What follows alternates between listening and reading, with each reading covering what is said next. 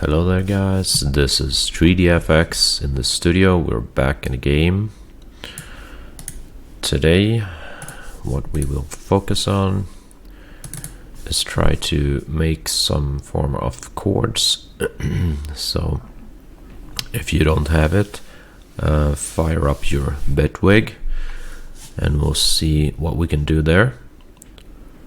Close this dialog and let's see. So I will start with taking these kicks and stuff off, and I'm just going to use the pen tool, or actually add an instrument track first, and I'm just gonna add a piano, and for that we need native instrument contact. So our little sampler, whatever you want to call this. So I'm using contact free player. The player thing is free, but the piano here is a paid piano, and that piano is costing, I think it's around 50 euro, so 50 or 50 USD, so something like that. Or was when I bought it anyway.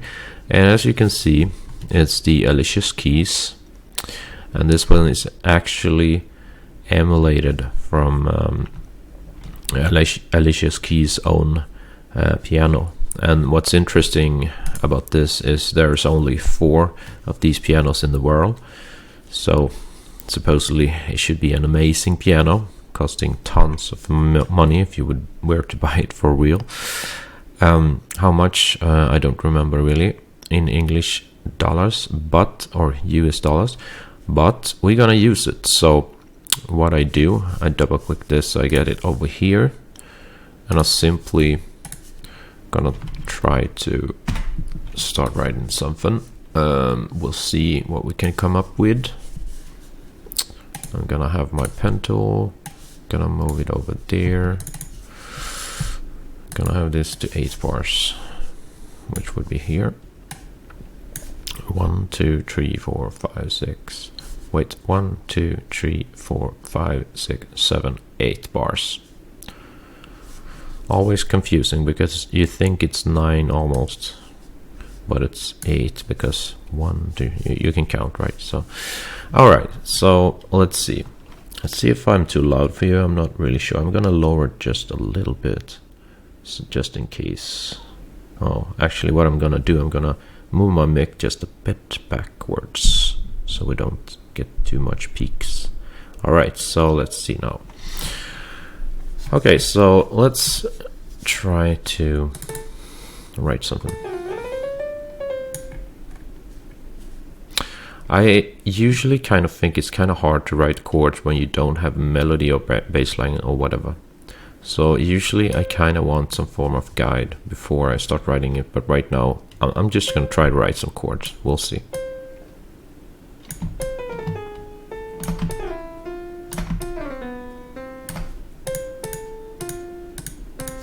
So let's first just see what this chord sounds like.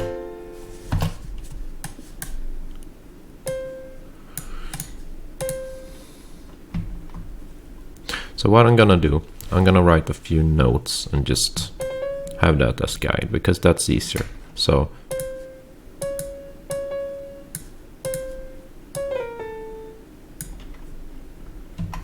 this is the root. Let's say this is the root note. So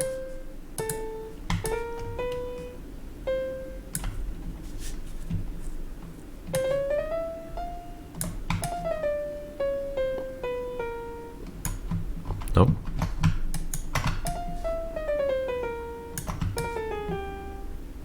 Okay, let's try this.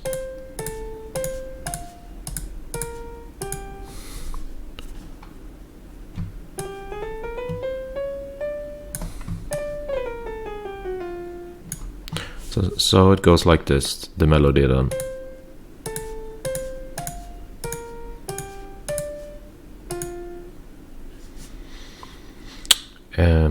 We'll see what we can do with this. So you can hear that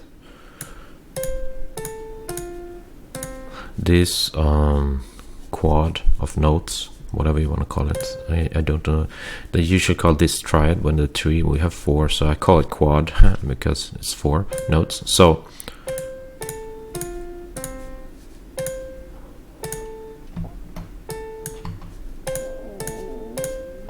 sorry, my stomach is upsetting. Haven't had food.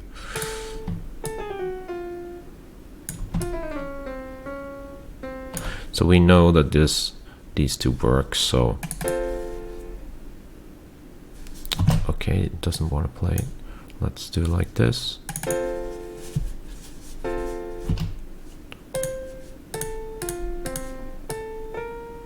So I'm gonna do like, there you go.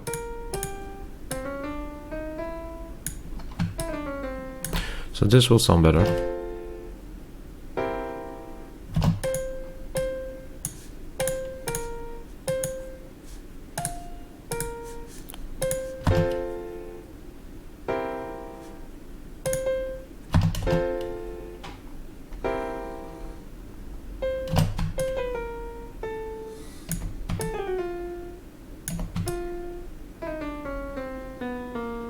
Let's try to go lower and see what happens. So, no.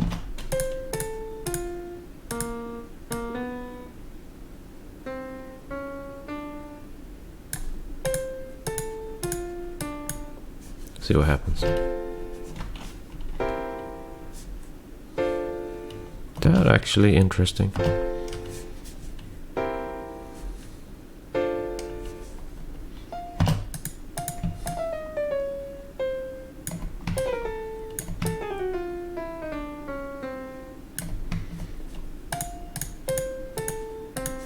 We will just try this, see what happens.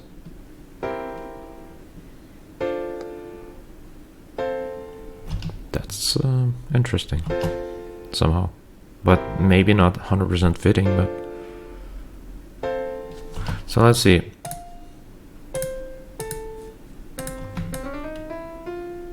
See now.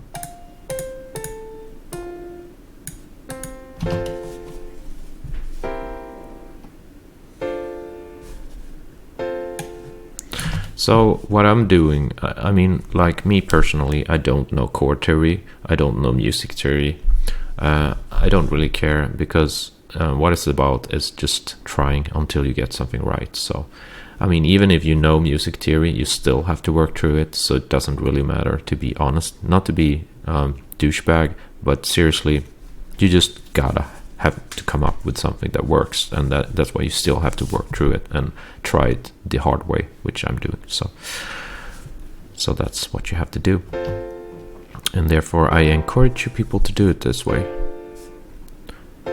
and I encourage you to try to learn to listen to notes, listen to what sounds good. That's the most important thing. So for example, you know, after a while you've trained your ears and you kind of start to begin to hear that this note, that note, that, they kind of work together, you know.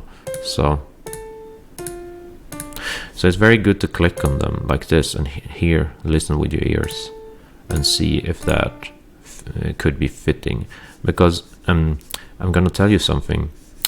It is a very good practice to have if you cannot really hear it just having them stacked on top of each other. You can just take the, let's say this is first note, this is second, and then you can just place the second note there instead of there, and you can hear them play like this, you know, after each other instead. So this first, this next, and this one. If we didn't already have notes here, it'd be easier for you guys to, but it may be easier for you to kind of hear them instead of having them stacked on top of each other like a chord, an actual chord. So that's just an idea. You can spread them out, listen to them, and if they sound good, you know, in the long run like this, you know, then you can stack them back together on top of each other, and then you will have a chord. And you can also continue using the same notes as for like a melody on top of that or whatever, you know what I mean? So, but for now we're gonna try to continue making chords.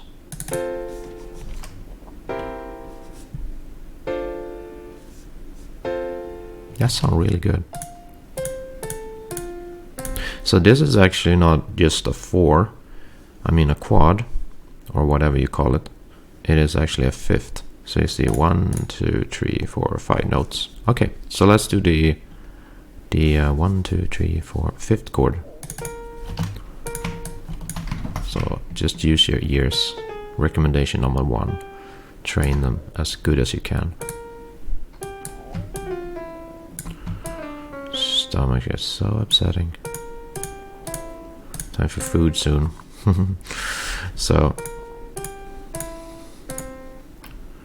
that will work, but that's probably exactly the same as this one. So A sharp 3, G3, E3, C3. You have A sharp 3, G3, E3, C3. So it's exactly the same.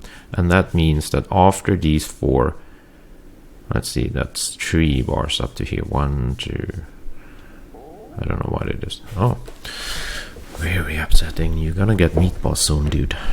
So let's see.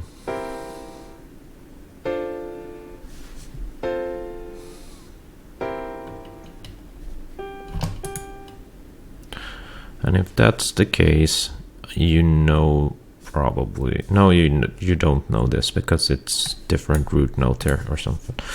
So sorry, you didn't know what I was thinking there, I guess. But anyway, so let's move on.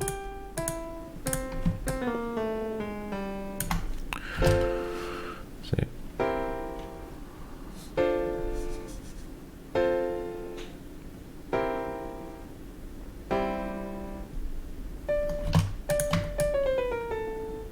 Wait now.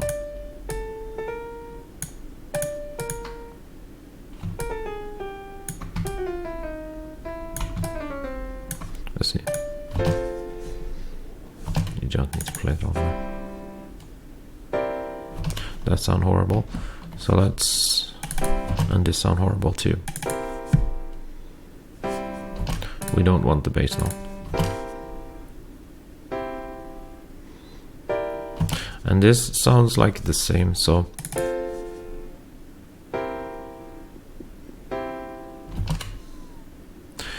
let's see if we can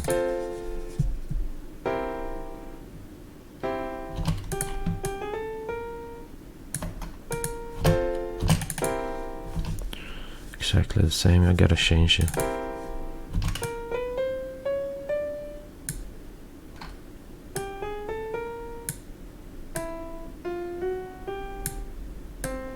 Let's try this.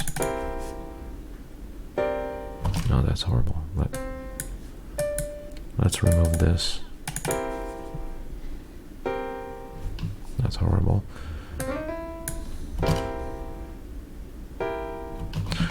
It's really not working. Let's cut this. Yeah. Oh man, nothing working.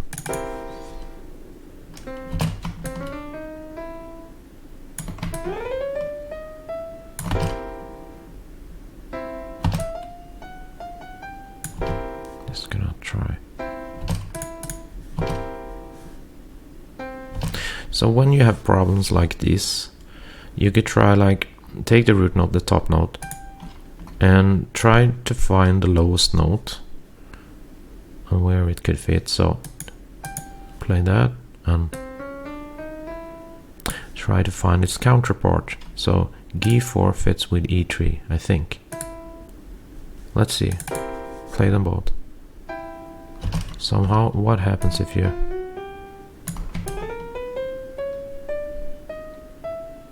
So like G, E4, G3, E3, what we'll get from that? In some scenario that would work, but not in ours.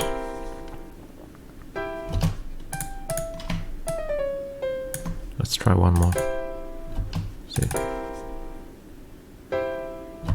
Horrible.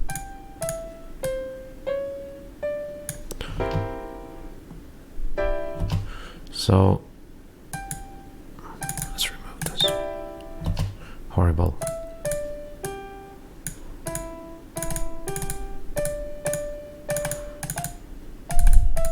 I'm deciding to do a completely new one, we'll see.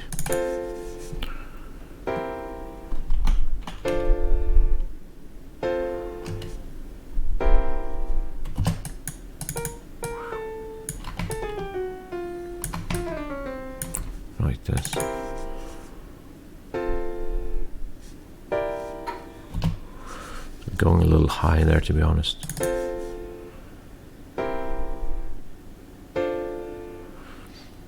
These are fine, they're basic, but they're fine.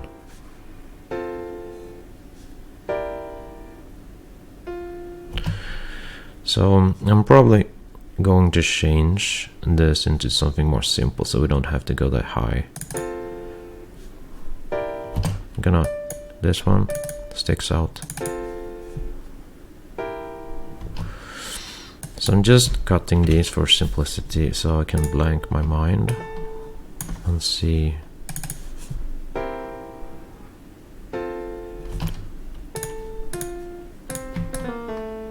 See if we can do something different.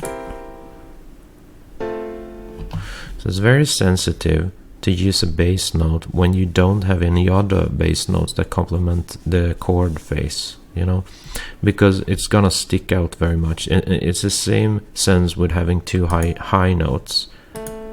You see, there's a very high one and there's a very low one, but in a sense it's actually worse to use a low note when there is absolutely zero low notes in the rest of the chord phase, because you're gonna notice it a lot more in a weird way. And that's probably because the frequency of the high note is higher, and you know, you hear the lower more in some weird way, I think, anyway. So let's see if we can fix this.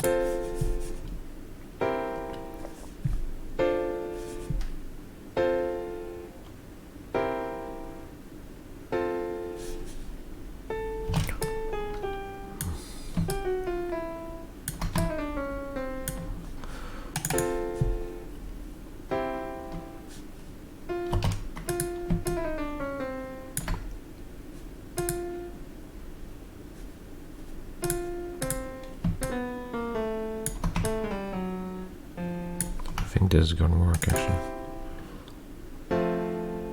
So that works even if we actually have two lower bass notes, which is kind of weird, but it probably works because it is, you know, the rest of the chord fits there and so on. But it's just that it works, but it does deviate from the rest of the chord phase here, or I mean the chord structure here. So it is a little bit unprofessional. I mean, especially with me not knowing chord theory, but yeah, whatever. You do what you can, right? But you can hear it sounds okay and right. So far so good. So that is an 8-bar chord progression, which is simple with 1, 2, 3, 4. I will call it quads, whatever you want to call it. We can see, yeah, so that's also right. So interesting. We can see, for example, you can analyze and see here that most of the notes end with the C3, but on this chord we have a D3 instead, so it goes up a little, and at the end we have an A2 and an F2, and it still actually works. So that's sweet to know. Anyway, so what we're gonna do now is we're gonna try to build this chord phase into a melody. And how do we do that? Well, what you can do, which is really effective, is like you can take a note up here and you can make a complementary note, but not right over the chord like this, but in the middle when we have air like this, right in the middle. So what we can do. So this is a very effective technique that I use almost always. I think it gets more melodic this way. So you could do.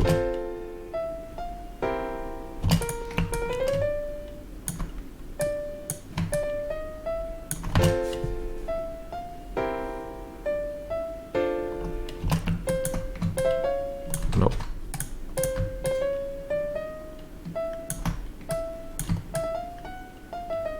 Wait.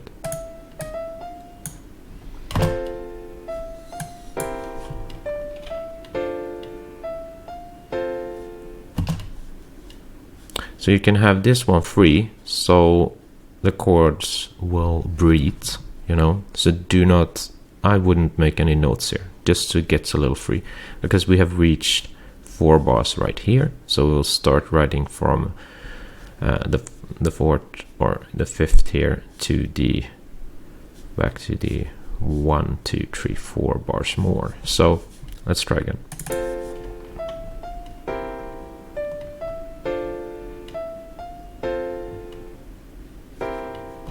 And here,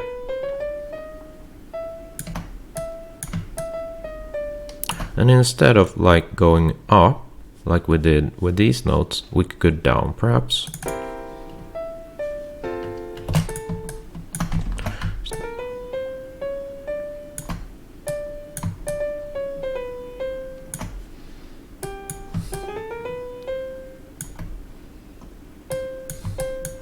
And then up again.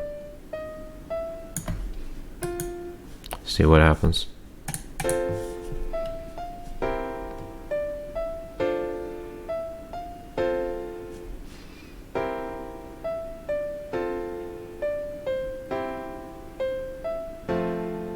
So you see what I mean?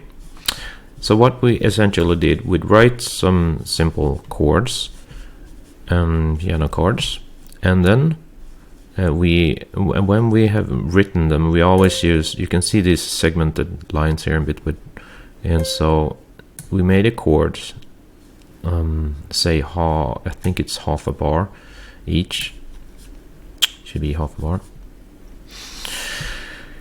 and then we use two notes on half another bar, so it is one, let's say that the chords are 1/2 bar, and these two notes here is 1/2 bar, so entirely it's one chord and one little note section up here that makes all the phase. Like same here, right?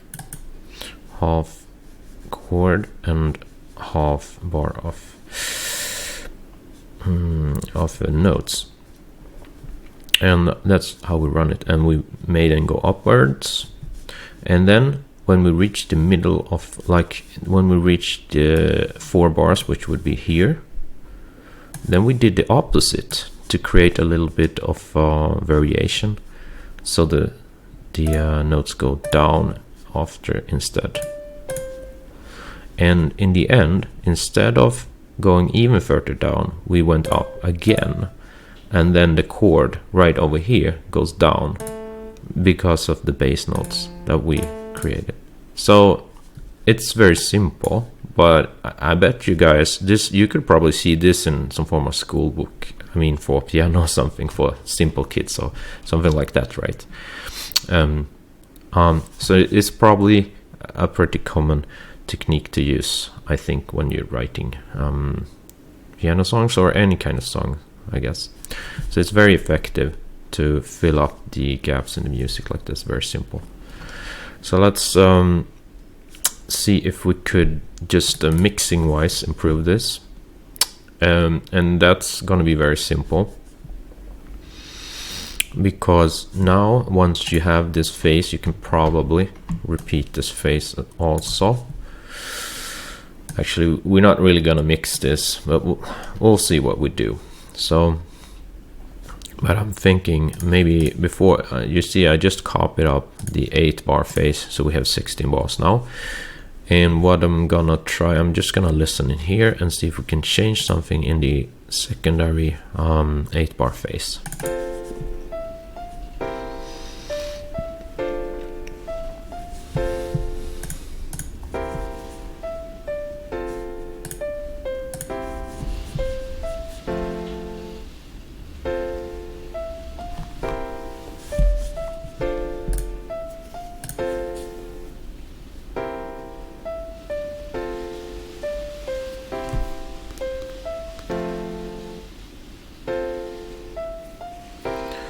Ska vi se. Stop. Let me try again here.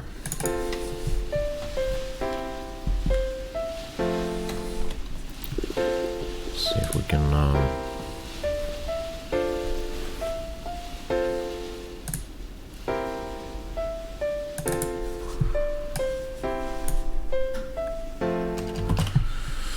okay, so right now my brain's a little frozen.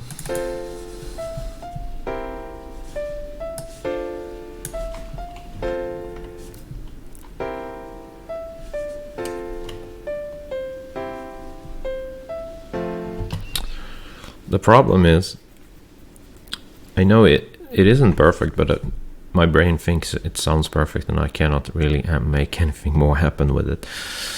But let's see. I know I usually twist it at the end, do something differently. So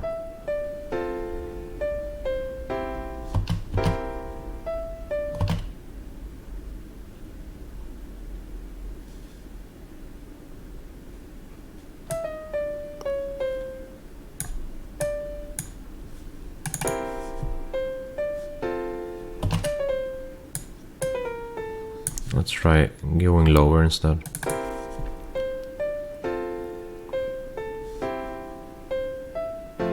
So you could do like that also. That's a little bit of a variation, but probably not enough. But we could try that again.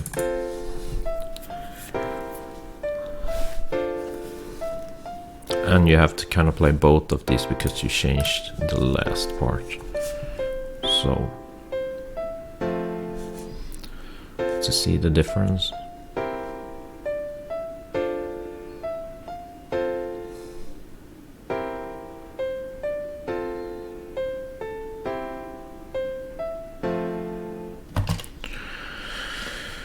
Yeah, so that's that. And what we would like to have on this piano is usually, I'm not saying always, but it's almost always, we wanna have either a reverb or some replica. And replica will definitely make this sound more richer. So I'm probably adding a replica. It's actually a delay, but it can be used as a reverb. And in doing so, it is really quite good. But we can try the delay part of it also. Sounds pretty nice like that. Also has wide mode now. And the ping pong now. Kind of bounces later with the ping pong, so.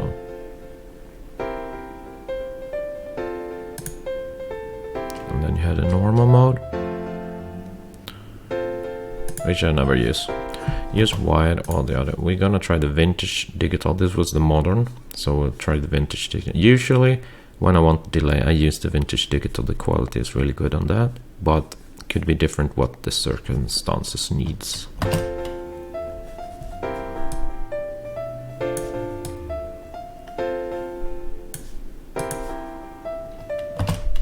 Okay, so it's, you know, both of these are delays, so they're not really gonna sound that much different if you're not having it in a certain mix that you're polishing really well. So I'm gonna try the diffusion mode now, and the diffusion mode is entirely different. That's the part that sounds like a reverb. So let's try the diffusion. And you can hear how beautiful it does it. It's amazing how it sounds. It sounds so beautiful, like for...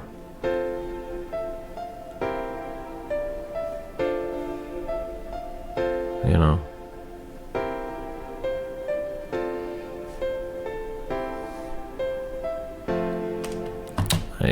I mean, this one is... if you haven't got it yet, it's worth every single penny, double, triple, quadruple, 100 times over. So I'm just saying, like, if you like, and especially for the price, it costs almost nothing compared to what this would have costed if you bought it as hardware. Yeah, it's amazing, I think. Could try the ping pong, see if it... not really sure what it does, but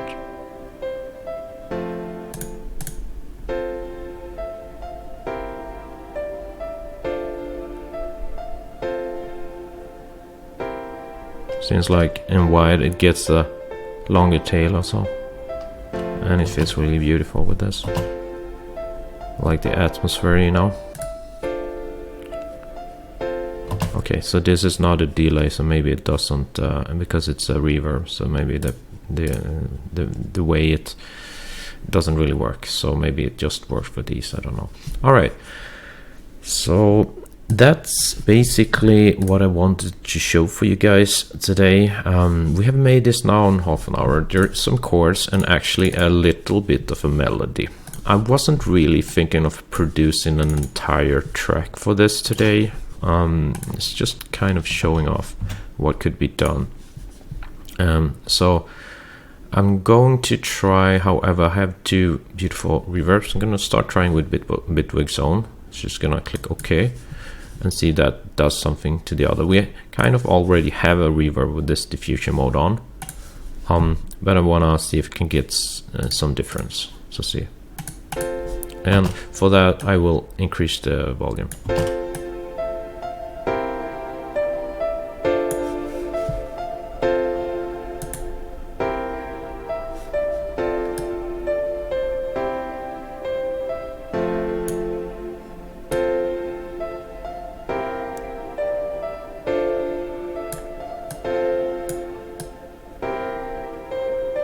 So as you can hear, I feel it's not really needed, and it probably muddies up the mix a little bit. So I wouldn't use this in this situation, but you could try yourself, you know. The hall part gives it more of an atmosphere because it gets bigger, roomier. It sounds like you're in a bigger room, so you know.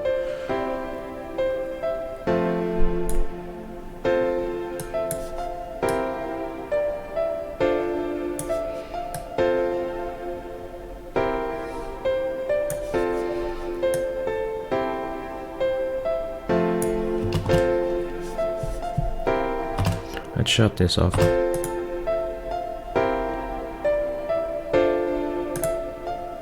That's just a tiny bit, but you know, for atmosphere, really not bad. We're gonna shut this off. We're gonna add the 2C eater just to compare. So this is much more expensive reverb because I mean this one is Bitwig's own and it comes for free with Bitwig, and this replica, which I 100% recommend you to get, you will never be sorry for that, have this diffusion part which sounds amazing for what it does. Not as much bells and whistles as this, but yeah. This one is also a gorgeous reverb, and it's actually used in many television shows. They say many millions of people have actually used Ether, so you're probably gonna hear me talk about this many times, but bear with me.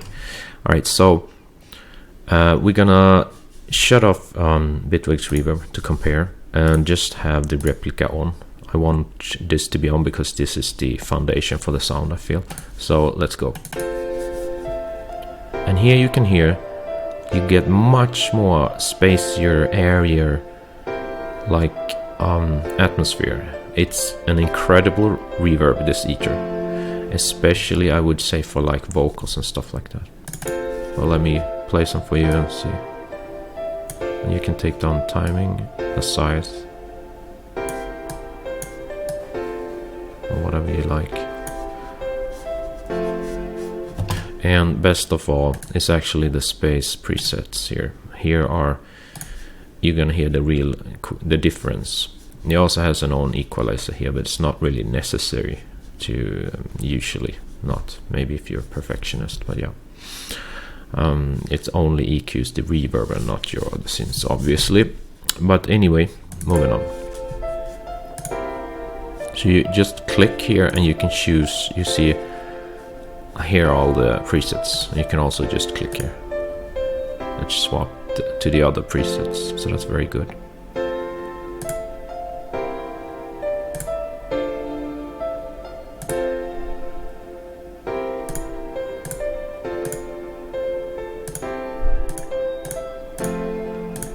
Right.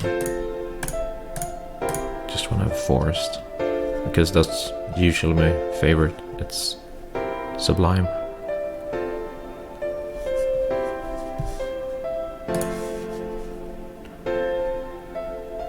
And what happens if you take this sound and then put on the other reverb?